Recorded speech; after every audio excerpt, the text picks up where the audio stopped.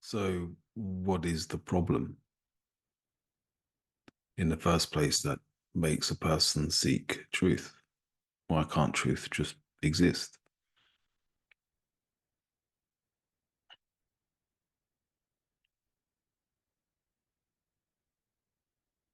That's a good question.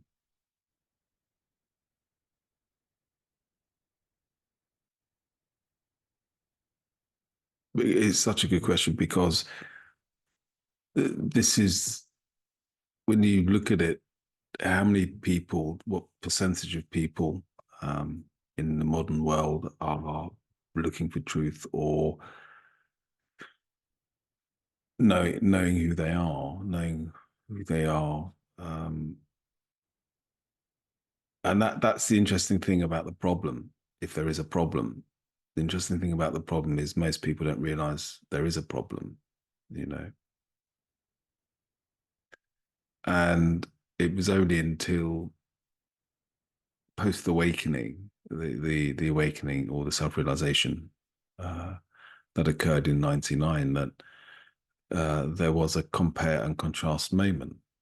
Up until then, there was nothing to compare, nothing to contrast. I was totally in that field of responding, always responding to bodily need, or my attention was given to anything external in a way that how does that relate to me? How can I relate to that? There was always this subject object relationship. Now, saying that, that's not a problem, is it? It's not a problem, is it? I mean, it sounds ludicrous that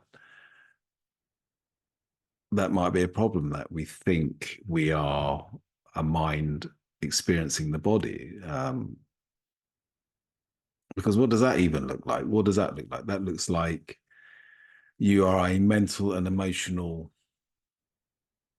variation of how your body is opening and closing, right? Because we all have a body sensation whereby something opens up in us if you love something or there's a contraction or not a contraction, but more of a closing, you know, if there's an aversion to something. And each time that happens, we seem to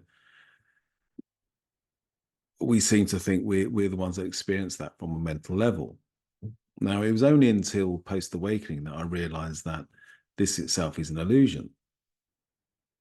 That's a problem. It's a problem.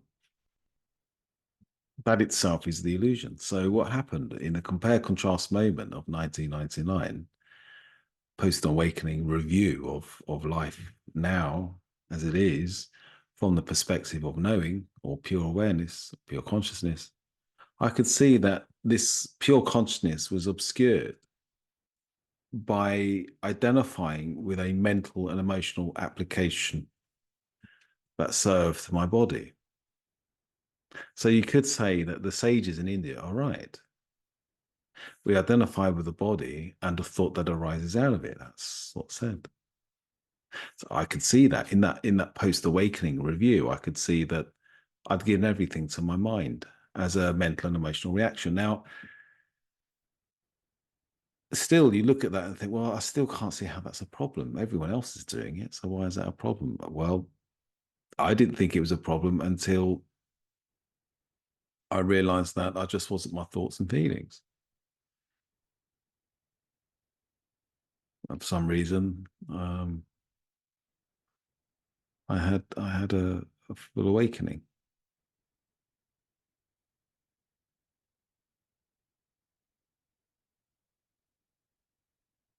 And also the problem, over identifying with the body. And do you know what the beauty of this illusion is? The beauty of this kind of separation. You know, when you look at the mechanics, you know, if you look at separation mechanics, um, we identify with the body when we're very young.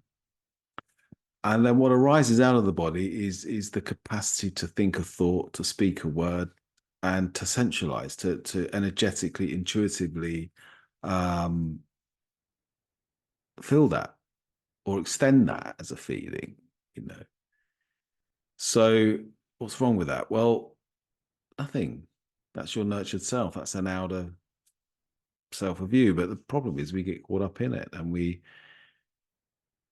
consciously become arrested by assuming we are this subject object relationship, because in this mental emotional reaction to the body you become an idea of yourself, because that's what the mind does. Whatever you look at, whether it's this bottle here, you know that's a bottle, so your mind has become a thought of it, but we know that the thought is not it. So we know that the thought, whatever word comes into your mind in relation to yourself as a body, the thought you have of your body is subject to your body. Your body is an object. So you've got this idea of the body and it's just a thought. And it correlates to the subject thought, I, where you've looked at the body and said, I am a body. It's just a thought. And you see the body as other than the thought of it. So there's this dualistic movement. There's this movement of duality, this movement of, is that a problem? Is that a problem? Is that a problem? It's just the mechanism. It's just, you know, body opening, closing, and instincts and memories and all of these things, and the mind and the emotion correlating to that. So if you're the experience of the body, a mental and emotional reaction to claiming the experience of the body, it's a bit weird, because the body is the cause and condition of that reaction. So it's a really weird. This is where we get the snake eating its tail. So anyway, coming away from that, that's a problem, right? So we try and find out what's in the absence of that problem. Where can the solution be found? And the solution is simply awareness. That's all. Non-attached awareness. But even this can present a problem, because you think your mental and emotional reaction to your body, experience of your body, you think that's awareness. You think that's mental awareness and emotional awareness. You've got physical awareness, but I'm talking about pure awareness. That's the solution, pure awareness. Because pure awareness is not defined by any thought, any emotion, any body sensation, and it's permanent.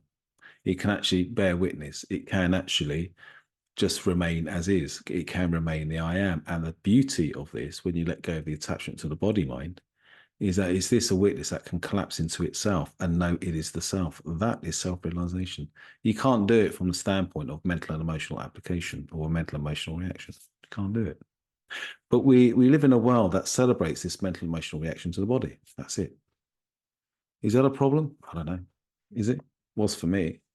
I didn't go much for it. So that's the problem. The problem is an over-identification with the body and the thought that arises out of it, claiming the experience of the body. So in that compare contrast moment of 99, the contrast was that after the awakening, the experience was no longer given to the mind as a mental and emotional reaction to the body. Emotional thinking, I seemed to transcend after that. There was a transcendence of emotional thinking.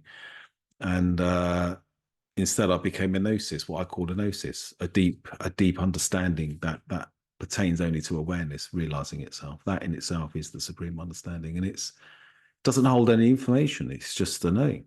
It's just a purity, a pure consciousness that knows its essential self, its essential nature. That's it. So is there a problem? Yeah, there is.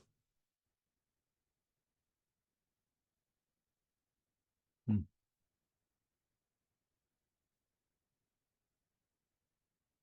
Solution is awareness.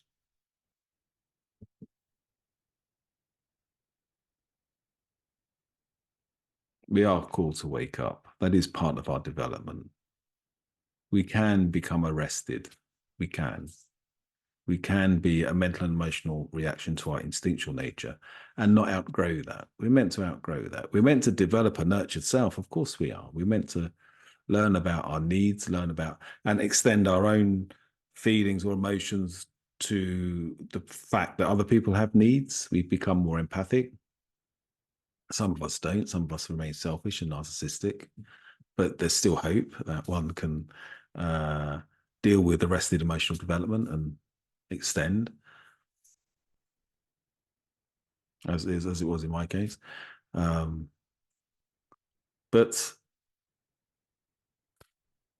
we're meant to kind of we're meant to develop consciousness as well, not just the nurture self, but we're meant to develop as consciousness. Not that consciousness can develop itself, but consciousness can expand.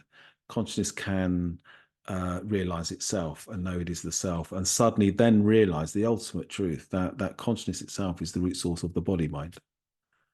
And in that you realize that the body mind exists and does not exist. It exists because it is known, but what it reflects in being known is the knowing itself, which doesn't exist.